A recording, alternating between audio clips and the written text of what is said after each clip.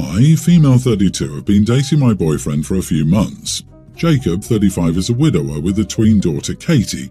I've only met Katie recently, but she's a lovely girl, well-behaved, is polite, and does well in school. An absolute joy to be around. She had a birthday yesterday, and Jacob organised a party for her. Her grandparents were there, as well as a few of her friends. A week before the party, a package with Katie's gift arrived. Jacob confessed to me what it was.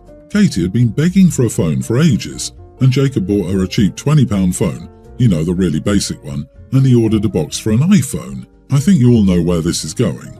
I asked him if he was going to buy her an iPhone, and he said that it was a prank and he's got some books for her. She loves reading, but she'll get that cheap phone and that's it, and the prank will be funny. I hated that idea. I hate these pranks. It wasn't my place. I barely know Katie, but I couldn't see her so hurt, and I knew she'd be devastated. So I bought her an older iPhone, refurbished, as a gift. When her birthday came, she was devastated. You could tell. She politely accepted the old phone and didn't make a scene, but was crying in the bathroom after. Jacob thought it was so funny, and her friends mocked her. I calmed her down and asked her to come downstairs as one more present was waiting for her. When she got her phone, she was so happy. Even though it wasn't the newest or brand new, she was elated and the humiliation was long forgotten. But Jacob was fuming, told me I was an idiot for undermining his authority and I had no right to spoil Katie, she was spoiled enough. I thought I was doing the right thing, but I can understand where he's coming from. I barely entered her life and it may seem like I'm trying to bug her affection, which I'm not. He's so angry with me. I don't know if I was the idiot. I might have made Katie happy, but I hurt him. I'm conflicted. Was I the idiot here? Edit. I did mention to him it was an awful prank, but he told me it would be fun and to relax and that I was no fun. Basically, he wouldn't listen.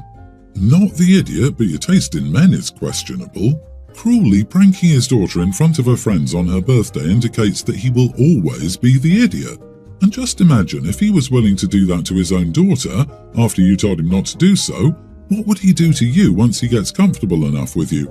In what ways will this man humiliate you just because he thinks it's funny a year from now or 2 years from now? The guy is 35 years old, yet he has the emotional maturity of a teenager. You seriously need to reconsider your relationship with this man. Normally, I'd be pretty harsh with you, and I would say you're the idiot if you were going against the wishes of a well-meaning parent. But that's not the situation. You are going against the wishes of a bully who enjoys being mean to his child. Seriously, this man thought it was funny to upset a child. His child. The icing on the cake is that it was at her own freaking birthday party. What the actual heck? This man is deranged if this is his idea of entertainment. I'd run. God willing, Katie will run away when she's 18. The cherry on top is that the man is a widower and his daughter has lost a mom. Maybe she's so polite because she's scared of upsetting her dad. She sounded exactly like me when I was a kid. I was terrified of my family and behaved perfectly because I knew there was no alternative. OP, he not only thought this prank was so fun to do to a young girl in front of her friends, but she also has lost a mom. And he thought this would be a riot? OP, I think you should dump this guy. Leaving a tween girl with that kind of dad makes me very worried for her teenage years, when things are already especially brutal for young girls. OMG, yeah, good point. As though losing your mom isn't hard enough. How he treats his daughter is how he will one day treat you. 100% guaranteed. Even if he's mad, you did the right thing. You saved that girl's birthday. She'll probably remember it for years. But what your boyfriend did was gross. And if anyone here has a right to be angry, it's Katie. My fiancé and I planned a large wedding in July at a venue in the country. I said that was too out of the way for most people because only 14 people said they were coming. However, we'd already set aside money for our wedding, and since there would no longer be many people coming, we decided to splurge. So we asked everyone who RSVP'd that they were coming if they could take a few extra days off for a longer trip to Hawaii, all expenses paid by us. Everyone said yes, so we started booking tickets and suites at this nice resort. We also planned some fun things to do while we were there. Everyone is very excited about the trip. Now my sister, who RSVP'd that she and her family weren't coming, is upset that I didn't re-invite her when we changed plans.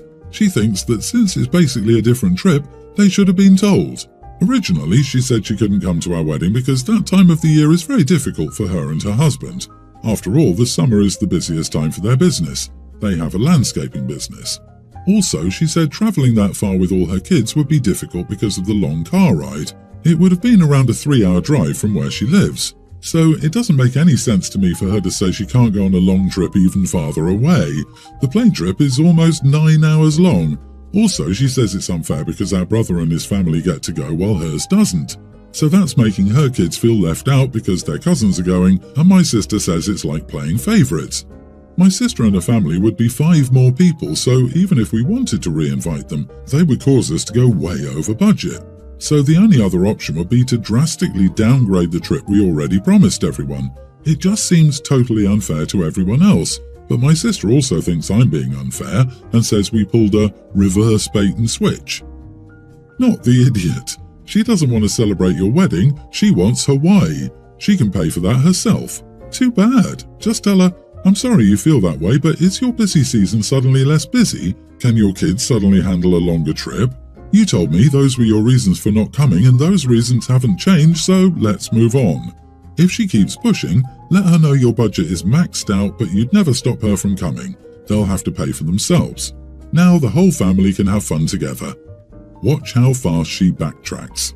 My thoughts exactly. 3 hours drive is nothing. I've travelled 10 to 12 hours for several friends' weddings, and friends have travelled to mine. The sister is so obvious about her intentions, it's embarrassing. The fact that your own sister said she couldn't come to your wedding was 3 hours away would be enough reason to not re-invite her. No, just re-invite her, but explain you're going back to the original plan because you can't afford it with all the people that can now come. I bet you she changes her story again. Seriously though, OP, I think what you're doing is amazing. You are taking those who truly are in it to celebrate you on an epic trip that you will all get to remember for the rest of your lives. That's awesome. I hope you have a great time, a terrific ceremony and marriage, feel the love of all those truly in it for you, and enjoy every second. And ignore Miss Sour Grapes, otherwise known as your sister. I, Pete, and my wife Eve have an agreement. The agreement says that if one of us has a complaint or suggestion to voice to the other person, we have to preface it with at least 2 compliments. So for instance, if I wanted to approach my wife about leaving her dirty clothes on the floor, I might first tell her that I liked the new shirt she bought and that I appreciated how she did the laundry the previous week. Then I would ask her if she could pick her clothes up. Yesterday, Eve was making some oatmeal chocolate chip raisin cookies, a recipe that she often makes by stirring together an oatmeal cookie box mix with chocolate chips and raisins. I really dislike raisins, so naturally I've never cared for this recipe, and I've even strongly implied my dislike for them on several occasions. Still, my wife never seems to get the hint. So yesterday, while Eve was getting out the ingredients to make the cookies, I started with 2 compliments. I said that it was a nice gesture for her to make cookies for the family and that I liked how she cooked them for the perfect amount of time so that they weren't too hard or too doughy. I then told her that I didn't care for the raisins and that I would appreciate it if she made a few cookies without them. Since the raisins weren't already mixed in, Eve added them and the chocolate chips to the box mix. My wife nodded, so I thought that meant she was saying yes.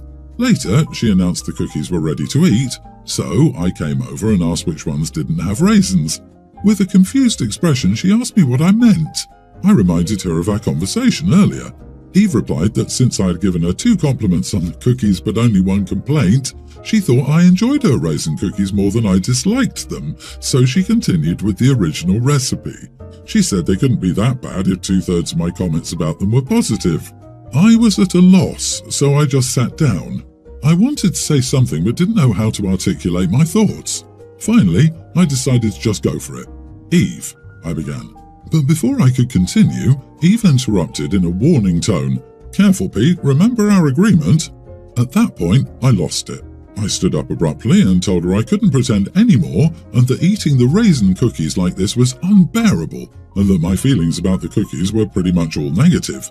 I didn't preface that comment with 2 positives, so I broke our agreement here. At first I thought I was justified, but I talked to my friends who told me that my wife doesn't owe me cookies and that I should just be grateful she made me cookies at all, and I shouldn't have broken the agreement. Eve is still mad at me. So, am I the idiot for breaking the agreement?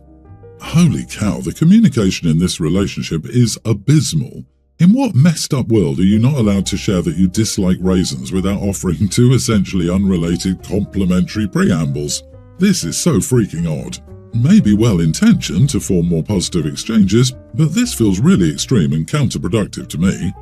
Not the idiot. Your wife failed to uphold her part of the agreement you'd made, whereas it's intended to allow someone to voice a complaint or request. She has repurposed it into a new thing in which the complaint, or issue, is not heard at all if accompanied by positive sentiments, which a complaint must always be. Facepalm. What did I just read? This rule seems like some BS from TikTok or something. You can't have a clear conversation if everything has to be sugar-coated. This communication style is a time bomb with a clock. Agree. Depending on your dynamic here, you're both kind of dumb or she's manipulative.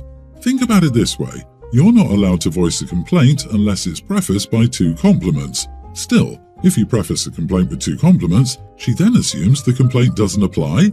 Magic. No complaints are ever made. I suggest you go to therapy to get some intense guidance on how to actually communicate in a partnership. My teen female mom died when I was born. My dad dated, but none of them stuck until recently. I think I might have been part of the reason in some cases, as I know one was upset that I never warmed up to her. I don't remember ever mistreating any of them, but I was usually not very interested in them. I feel like I don't need a mom figure, and I'm happiest doing my own thing. That's all for context, because I'm trying to understand why everyone is upset. It may be relevant to the current situation. I might be missing a pattern. My dad started dating Helen 3 years ago and they married a year ago. Things were difficult at first because it took some time for her to really understand that I do not need mothering and she will not fill that role for me. We finally arrived at a compromise in that she agreed to route all concerns through my dad instead of trying to parent me directly, and in return, I would spend a reasonable amount of time with her and my dad around schoolwork. That was working well until she became pregnant several months ago. My dad has said that the medical situation is a little stressful, so I might need to understand Helen more than usual for a while. Helen seems to be absolutely obsessed with the baby. It's all she talks about lately.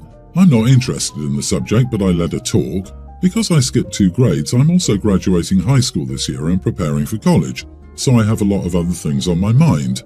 Schrodinger's idiot situation happened this week at dinner when she was talking about what it's going to be like once the baby is born. In retrospect, she may have just been looking for validation.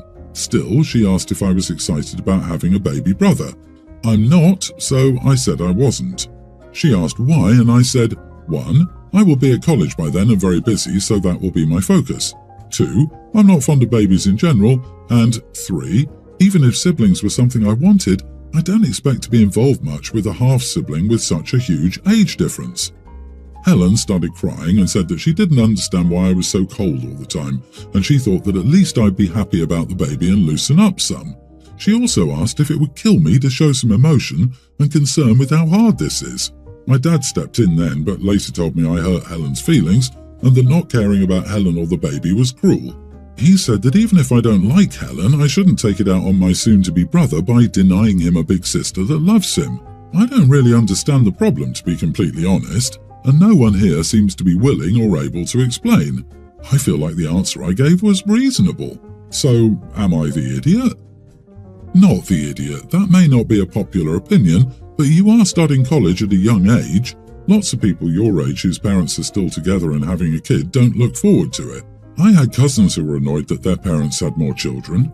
That said, you probably could have worded it a little bit differently, and it wouldn't have killed you to show a little bit of kindness. You'll learn as you get older that you can be truthful while also wording things in such a way as to minimize hurt feelings. You are still part of the family and she's still your father's wife, and you should choose your words more carefully. I really don't understand people asking questions and being unprepared for the full range of answers. Also, being pregnant doesn't automatically make a woman more desirable as a mom to someone else. It's strange to think that OP would suddenly develop feelings towards her and the kid growing in her. Also, I think telling the truth trumps being an idiot. Sometimes the truth isn't pleasant. It's not being an idiot to tell the truth. I personally think it's more of an idiot thing to lie than not tell the truth. You are the idiot. It costs nothing to be kind.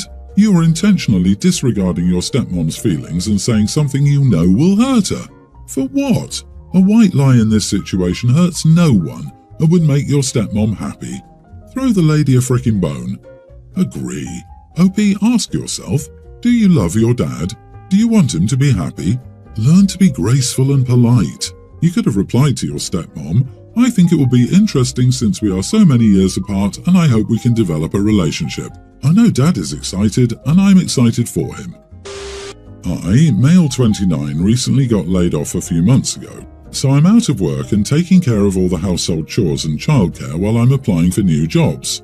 Yesterday, I went to a party with my girlfriend, 29, and she was talking about our situation with her friends while I was sitting with the group. She laughingly said, I don't mind it, it's nice having my own personal maid. Everyone laughed along with her. I told her, I'm not your maid, because I don't like jokes like this, and she told me to chill out.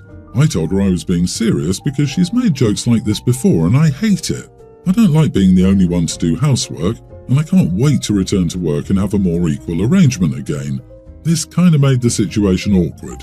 When we got home, she blew up at me for making such a big deal over small talk and called me a major idiot.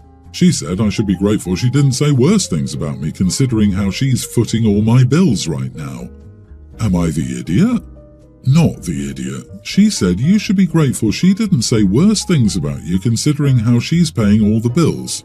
She really told you because she's paying all the bills, this gives her carte blanche to verbally abuse you? I hate to say it, but your girlfriend has been put into a position of power in your relationship. The mask has come off and she has shown you what she's really like. She actually believes that because she's supporting you right now, that gives her the right to disparage and make fun of you to anyone she wants as much as she wants. She's a good person because she only did it a little bit. Think about this. There are more red flags waving here than in a parade in China. They say if you want to see what kind of person someone is, see how they treat the wait staff. This is an extension of the idea that if you want to see what someone is like, put them in a position of power. If they abuse that position of power to maintain control over others, then they're a bad person. No matter how nice they act around others, they consider to be on their level. OP, it was demeaning and hurtful. I doubt she would be pleased if the shoe was on the other foot.